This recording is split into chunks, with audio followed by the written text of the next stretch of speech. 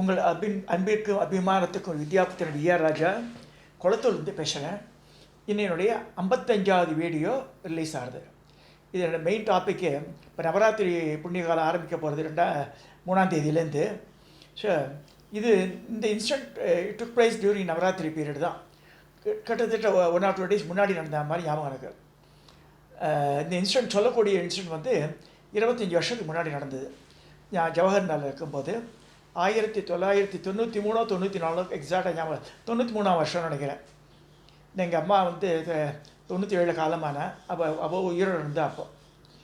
So இது வந்து என்னாச்சுன்னா, நர்பவி நான் முன்னாடியே சொல்லியிருக்கேன். நிறைய பேர் ஃபோன் பண்ணி கேட்டால் குலதெய்வத்தை பற்றி கேட்கலான்னு நிறைய ரெஃபரன்ஸ்லாம் சொன்னேன். ராமநடராஜேஸ்வர் பாருங்க உண்டு. சில பேர் வந்து அவ்வளோ தூரம் வந்து வர முடியாது, நாங்கள் அந்த சைடில் இருக்கணும். ரமணி குருஜின்னு இருக்கா சொன்னேன். சேலையூரில் பாரத் இன்ஜினியரிங் காலேஜ் எதிர்ப்புறம் உள்ளே போன அலைமேலுப்புறம் இருக்குது. அங்கே ஸ்ரீ சக்தி அருட்கூடமுக்கு ரமணி குருஜி இருக்கார். இந்த ரமணி குருஜியை பார்க்கறதுக்காக நாங்கள் வந்து ஜவஹர் நகர்லேருந்து ஒரு வேன் நிறையா ஜனங்களை அழிச்சுட்டு அவர்கிட்ட ஆசீர்வாதம் வாங்குறதுக்காக போகிறோம். இது வந்து this took place during the year 1993-94 எக்ஸாக்டாக ஞாபகம் இல்லை எனக்கு. அப்போ போயிருக்கோம். அப்போ வந்து எல்லோரும் வந்து உட்கார சொல்கிறார். கிட்டத்தட்ட 20 பேர் இருந்தால் நினைக்கிறேன். ஸோ எல்லாம் உட்காந்துருக்கோம். அதில் ஒவ்வொருத்தராக யூஎஸ் காலிங் டு த அந்த சின்ன ஸ்டேஜ், ஒரு அடி உயரம் இருக்கும் அது. அதில் ருத்ராட்ச கொடையில் கீழே ருத்ராட்சத்துலேயே கொடை இருக்கும் அவருக்கு. அதில் உட்காந்துருக்கார். காக்க பூஜன்றார் ஆடி வாசிப்பார் அவர்.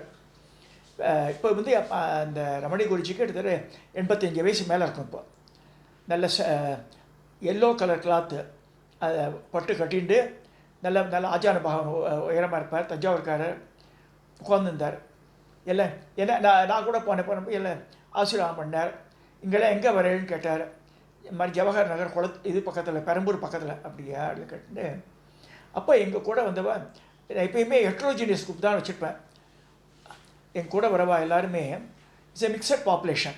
பிராமணா மட்டும் இருக்க மாட்டா, எல்லாருமே சேர்த்துருப்பா. செட்டியார் இருப்பா, காந்தாமணி ஒரு செட்டியார் அம்மா இருந்தால் அவ்வளோ லட்சணமாக இருப்போம், அவ்வளோ பண்புள்ள போவா. ஸோ அந்த மாதிரி முதலியார் அம்மா இருப்பா. ஸோ இந்த மாதிரிலாம் வருவாங்க கூட. ஸோ அவளுக்கெல்லாம் கோவிலுக்கு விஷயம் பொறுத்து யாராவது தருவணும். நான் என்ன செய்வேன், எப்படி சண்டே வந்து ஐ வில் டேக் தம் இந்த வேன். எங்கள் அம்மா என்ன ஒரு சண்டே கூட ஆற்றுல இருக்க மாட்டேன் போயிடுறேன்னுவா. ஸோ அந்த பசங்களாம் சின்ன பசங்க. ஸோ அதனால் என்னால் போக முடிஞ்சது. ஸோ அப்படி இருக்கும்போது தேவசேனா மாமின்னு ஒரு பிராமணாவை ரைப்பண்டி லேடி அவள் பெண்ணு வந்தா நினைக்கிறேன். வேறு யாரெல்லாம் வந்தா. அந்த மாமியோட முறை வந்து குருஜியை பார்க்குறதுக்கு அவள் போய் நமஸ்காரம் பண்ணா. என்னம்மா வேணும் உனக்கு? அந்த மாமி வந்து என் பொண்ணோட ஃப்ரெண்டுன்னு ஆரம்பித்தா. அம்மா உனக்கு என்ன வேணும்னு சொன்ன அதை பற்றி சொல்லுங்க, உங்களுக்கு என்ன சொல்லுங்கள், நான் அது தெரியும். இல்லை என் பொண்ணு இருக்கா, அவளோட ஃப்ரெண்டு ஆஃபீஸ் அப்படின்னு ஆரம்பித்தார். He got irritated. திடீர்னு நேரத்தில் என் உடம்பெல்லாம் முதல்ல இங்கே எழுந்துருன்ட்டார் அவளை. அந்த மாமிக்கு அப்படியே மூஞ்சி போயிடுது. She is much upset. இன்னும் எல்லாரையும் மாதிரி சொல்லிட்டார். வேறு மாதிரி என் உடம்பு எரியறது, எழுந்துரு, உன் வீடே பீடான்ட்டார். இப்படின்னு ஏன்னா வாரத்தில் சில ப்ராப்ளம்லாம் இருந்தது. அப்புறமா திரும்பி வாசலில் போய் உட்காந்துட்டா. திரும்பி கூப்பிடுனார். அந்த மாமி வந்தார். உன் வீட்டில் ஒரே சரியில்லை, நீ வந்து வெள்ளி செவ்வாய் வந்து காலையிலையும் சாயந்தரமும் சாம்பிராணி போடு, அப்போ தான் துஷ்ட சக்தியெலாம் போகும் உன்னை விட்டு அப்படின்ட்டார். மற்றவாளுக்கெல்லாம் சொன்னார் எவ்ரிபடி காட் பிரசாதம். வி கேம் டு த வேனில் போய் உட்கார்றேன். நான் கதவை சாத்துறேன். கதவு என் கையோடய வந்துடுது. என் கையில் கதவு தொங்குறது, வேனோட கதவு. Just imagine. நான் டிரைவர் பக்கத்தில் உட்காந்துட்டுருக்கேன். ஏன்னா பயந்து போட்டேன். என்ன செய்யுது, அவர் அங்கேயிருந்து பார்த்துட்டார். அவர் வந்து இஸ் அ குரோர்பதி. நல்லா நிறைய அந்த இதுவே அந்த சமையல் கூடமே பெருசாக இருக்கும். ஒரு கல்யாண மஹால் கட்டியிருக்கார். நர்பவின்ற இது அவருடைய மந்திரமே நர்பவி, நல்லது பள்ளிக்கட்டம்ன்ற நர்பவி சொல்லுவார். காக்கபூஜன்டருடைய படம் பெருசாக இருக்கும். நர்பவின்ற அம்பாளை பிரதிஷ்டை பண்ணியிருக்கார். நந்தி வேறு இருக்கும், வெள்ளி வாசல்லாம் சாத்தி அந்த மாதிரி இருந்தது. அவர் ஓடி வந்தார் வாசலில். குருஜி வந்துட்டாருன்னு பார்த்தா அவர் எலுமிச்சம்பழத்தை கூட கையில் கொடுத்தார். இதை வச்சுக்கோ, அவள் வந்ததுனால உனக்கு பிரச்சனை வரப்போகுதுன்ட்டார். என்ன குருஜிம்மா சொல்கிறாள், அவரே வந்து ஒரு தேங்காயில் அது கற்பூரமோ அதை வச்சு சுற்றி போடார் வேனுக்கு. நான் வந்து கீழே நமஸ்காரம் பண்ணேன், நீ ஏறிடா ஜாக்கிரதையாக போயிட்டு வா அப்படின்னு சொல்லிட்டு அங்கே இருக்க ஹெல்ப்பர்ஸ் வச்சு அந்த டோரை மாட்ட சொன்னார். நாங்கள் கிளம்பி போயிட்டோம். ஒவ்வொரு கோவிலாக காஞ்சிபுரம்லாம் பார்த்துட்டு காஞ்சிபுரத்துலேருந்து பக்கத்தில் ஒவ்வொரு மகேந்திராடு உமாசங்கரன் எழுதினார் சொல்லிவிட்டு அந்த ஊருக்கு போகிறேன். அந்த ஊர் பேர் திருப்பனங்காடுன்னு பேர். இங்கே I want tell the viewers, பனைமரம் செலவருஷமாக 5 கோவில் இருக்குது. 275 பாடல் பெற்ற ஸ்தலத்தில் 5 கோவில் பனைமரம் செலவருஷம்.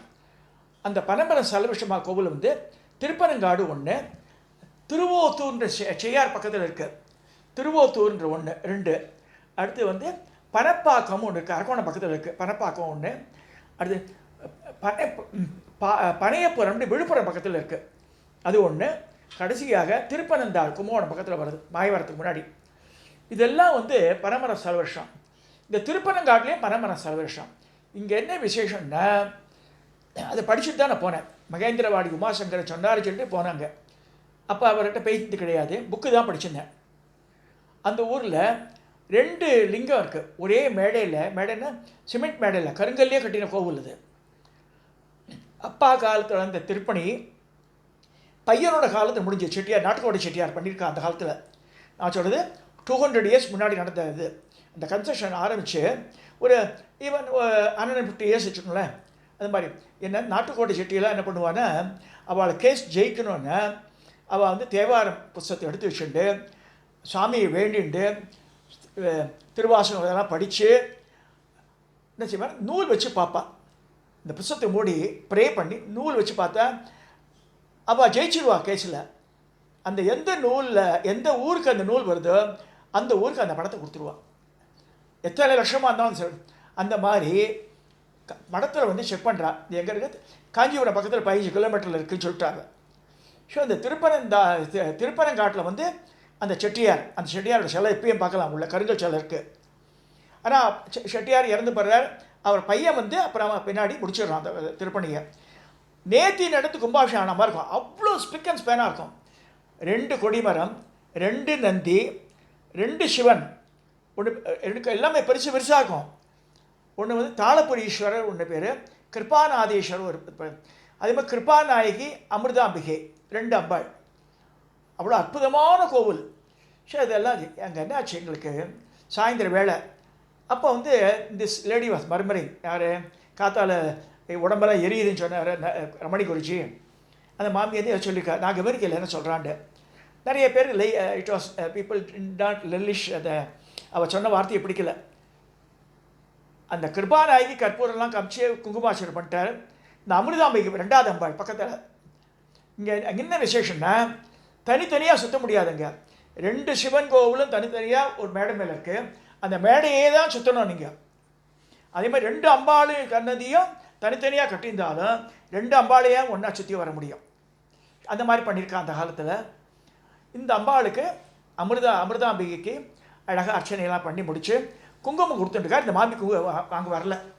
இந்த மாமி தனியாக புலம்பிண்டு அவ்வளோ பாட்டு சுற்றின்னு இருக்கா. என்ன ஆச்சு, அவர் குங்குமம் கொடுத்துட்டு போயிட்டார். திடீர்னு நான் பார்த்துட்டேன் அம்பாளோட கழுத்து பாகத்தில் சிகப்பாக ஒரு ரவுண்டாக தெரிஞ்சது எனக்கு வந்து என் கண்ணுக்கு தான் அப்படி தெரியுது. மற்றவா கண்ணுக்கு பாருங்கள், இங்கே பாருங்களேன், அம்பாள் கழுத்தில் பார்த்தா இங்கே சிகப்பாக தெரியுதுன்னு. டக்குன்னு ஒரு கல் 3 கல்லாட்டம் மாறிடுது, 3 கல் 10 கல்லாக மாறிடுது, அப்படியே ஹாரமாட்டம் ஆகிடுது. திடீர்னு அந்த புடவை பற்றின்னு எரியுது. அங்கே உள்ள சந்நிதியில் மூலஸ்தானம் அம்பாளுக்கு தனஸ்தானத்துக்கு மேலே அப்படியே தகதான் எரியுது. இந்த கருமாரியம்மன் சிலையெல்லாம் தலையில் ரேணுகா பரமேஸ்வருக்கு சுடர் இருக்கும் இல்லையா, தீ சுடர், அதே மாதிரி பார்த்தோம் அந்த கோவிலில். எல்லாரும் நெருப்பு கத்துறா, என்ன தெரியல, எல்லாரும் வடவடன்னு இருக்க. கீழே ஓடி வந்தார் குருக்கள். ஓடி வந்து ஒரு குடம் தண்ணியே அம்பாளுக்கு அப்படியே அபிஷேகம் பண்ணார்.